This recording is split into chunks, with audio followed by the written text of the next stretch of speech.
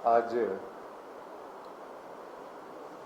प्रदेश भाजपा कार्यालय में जो आज प्रेस कॉन्फ्रेंस आयोजित है, एक हम ऐसे विषय पर आप लोगों का ध्यान आकृष्ट करना चाहते हैं जहां सरकारी दल हम पर अनर्गल आरोप प्रतिदिन लगाता है और हम चूंकि प्रतिपक्ष में हैं तो हम उन मुद्दों को लेकर जनता के बीच जा रहे हैं, तो उनके लिए परेशानी का सबब हम समझते हैं कि उनके लिए कठिनाइयां उत्पन्न हो रही हैं, क्योंकि सच्चाई हम जनता के बीच जाकर बता रहे हैं। लेकिन जो काम सरकार को करना चाहिए, और अगर उनके आधिकारिक प्रवक्ता रोज मीडिया के समक्ष बैठकर सिर्फ आरोप ही लगाए, तो मैं समझता हूँ कि कहीं ना कहीं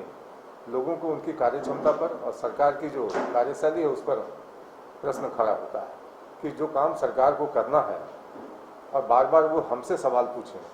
कि अमुक से आपका रिश्ता क्या है, अमुक आपको फाइनेंस कर रहा है, तो मैं समझता हूँ कि जो लोग सरकार में हैं उनको एक बार सोचने की आवश्यकता है कि क्या सरकार इसी ढंग से चलाई जाती है। कल आपने देखा होगा कि प्रेस कॉन्फ्रेंस में हमारे नेता जो संकल्प यात्रा पर निकले हुए हैं उन पर आरोप लगाया गया कि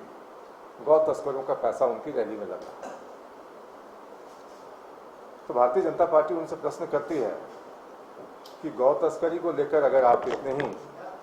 संजीदा हैं, इतनी गंभीर हैं, तो संध्या टोपनो जिनकी गौ तस्करों ने विगत साल जुलाई में गाड़ी से कुचलकर हत्या कर दी थी, उसको न्याय दिलाने के लिए सरकार ने क्या कुछ किया। जहां तक ये पता है कि ठीक है, न्यायिक प्रक्रिया है, वो सारी चीजें कोर्ट में चल रही हैं, लेकिन सरकार के स्तर से यह उम्मीद थी कि एक उसका पुलिस अधिकारी जो अपने कर्तव्य निर्वहन के दौरान जो गौ तस्कर हैं उनके द्वारा कुचलकर उसकी हत्या कर दी जाती है, तो सरकार को इसके चैलेंज के रूप में लेना चाहिए था कि हमारे अधिकारी की हत्या हुई तो वैसे लोगों को फास्ट ट्रैक कोर्ट में ले जाएंगे और जल्दी से जल्दी जो सजा है उनको हम दिलवाएंगे ताकि पीड़िता को न्याय मिल सके। लेकिन एक ऐसे अधिकारी के हाथ में वो सारी चीजें सौंप दी गई जो खुद एक महिला, आदिवासी महिला से घूस लेने के आरोप में पूर्व में जेल जा चुकी थी, और जब वो बाहर निकली तो फिर उसी थाने में उसकी पोस्टिंग कर दी गई और जांच का जिम्मा भी, संध्या टोपनो जी के केस का जांच का जिम्मा भी उसी को सौंप दिया गया। तो गंभीरता को समझी जा सकती है कि सरकार कितनी गंभीर है कि एक आदिवासी महिला जो अपने कर्तव्य निर्वहन के दौरान जान दे देती है, तो उसको लेकर सरकार अगर गंभीर नहीं हो तो प्रश्न तो हम पूछेंगे उनसे, और उनको भला लगे या बुरा लगे हम उनसे सवाल करेंगे। और जो मूल प्रश्न है कि कल उन्होंने कहा कि गौ तस्करों का पैसा लगा है, अगर उनको इस बात की जानकारी है और सरकार की एजेंसियां हैं उनके पास,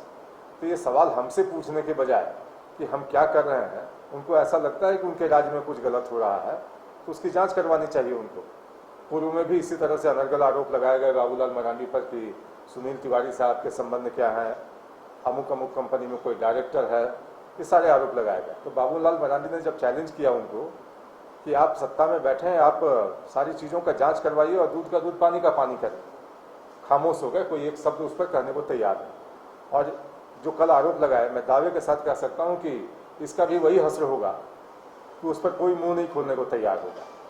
और गौ तस्करों को लेकर इस सरकार के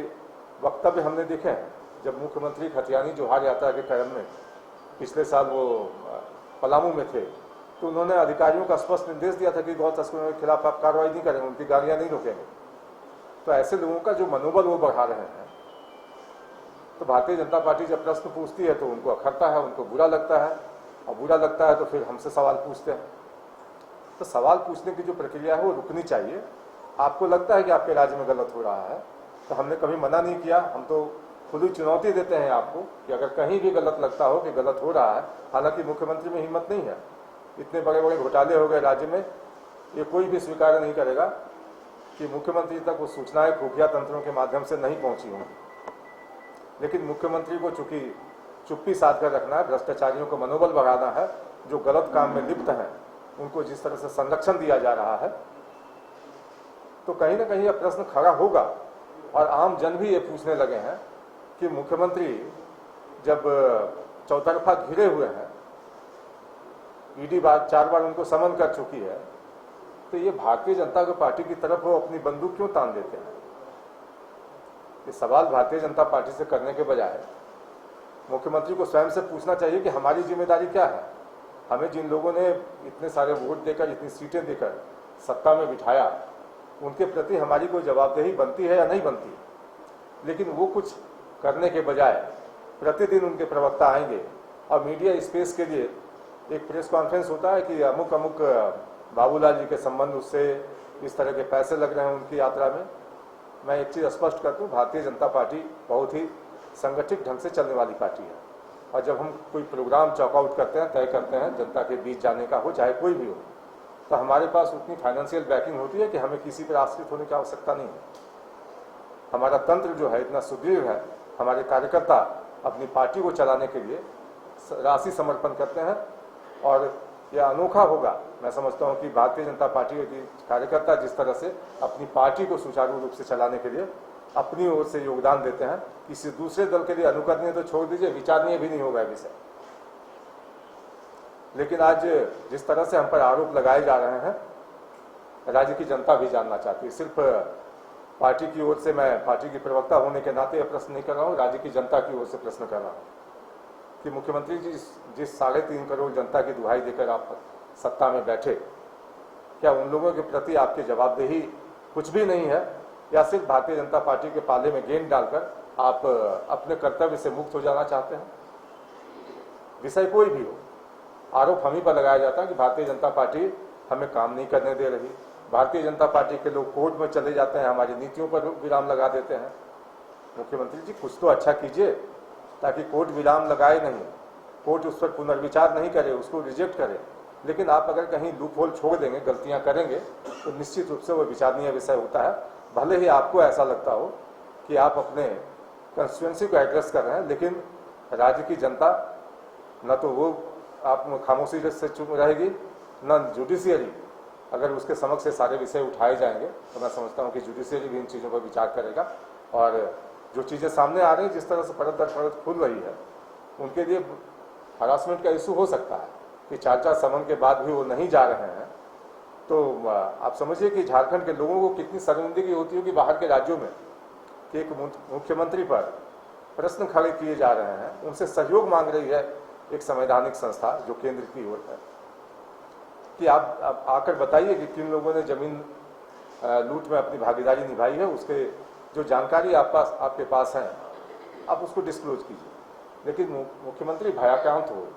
वो इस डर से डरा हुआ हो कि हम जाएंगे तो हमको गिरफ्तार कर लिया जाएगा। तो चोर की दाढ़ी में तिनका, एक कहावत आपने सुना होगा। तो उनको ऐसा लगता है कि कुछ गलतियां हुई हैं,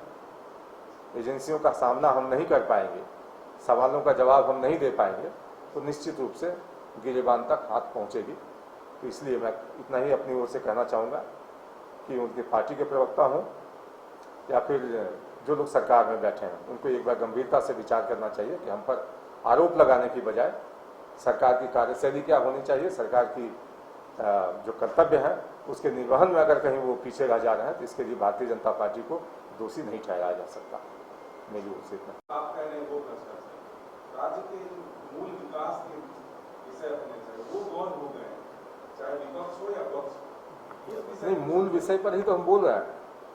कि सरकार में जाते हुए जिन लोगों ने भ्रष्टाचार किया, अगर बालू घाटों के टेंडर बार बार कहने के बावजूद नहीं हुए, एनजीटी के गाइडलाइन का उल्लंघन किया जा रहा है, अवैध उत्खनन हो रहे हैं, अगर हम वो प्रश्न पूछे तो हम खराब हैं क्या? राज्य में जिस तरह से अवैध खनन हुए, जमीन लूट हुई, उसका प्रश्न पूछें तो हम गलत हो गए। और अगर हमने कोई गलती की है तो सारी संस्थाएं उनके हाथ में जांच करवा लें। हमारे नेता ने तो कहा, बाबूलाल मरांडी जी ने, कि सत्ता में आप बैठे हुए, आपके पास सारी शक्तियां हैं, आप जांच करवाकर दूध का दूध पानी का पानी कर देते। ये चुनौती वो स्वीकार कर लें, हम तो खुली चुनौती दे रहे हैं उनको। समाज को जो उनको आदिवासी सूची में शामिल किया गया वो प्रक्रिया के तहत हुआ, सारी प्रक्रियाएं पूरी करने के बाद उस पर पुनर्विचार हुआ, आपत्ति अनापत्ति मांगे गए लोगों से, उसके बाद किया गया। तो उस संदर्भ को आप इससे मत जोड़ दीजिए कि जो लोग अभी धरना पर बैठे हुए हैं उनकी जो मांग है उस पर भारतीय जनता पार्टी की राय क्या है। बिल्कुल हम इस विषय से तो मैं समझता हूं कि भारतीय जनता पार्टी का अभी कोई लेना देना नहीं है, क्योंकि हम सत्ता में नहीं है, जो सत्ताधारी दल है उनको जवाब देना चाहिए।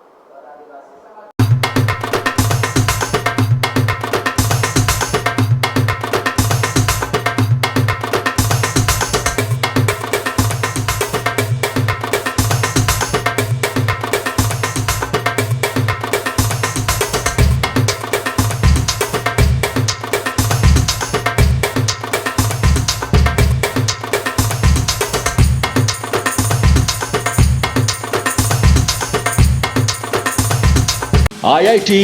जी नीट एस्पिरेंट्स के सपने को पंख देने आ गया है कंप्लीट सॉल्यूशन इंस्टीट्यूट। यहाँ है smart classroom, 1-to-1 doubt clearing session, ask the expert, video solution और भी बहुत कुछ। मतलब हम करेंगे आपको गाइड, बनेंगे आपके mentor. Foundation classes from class 6 onwards for your bright future. Visit complete solution institute.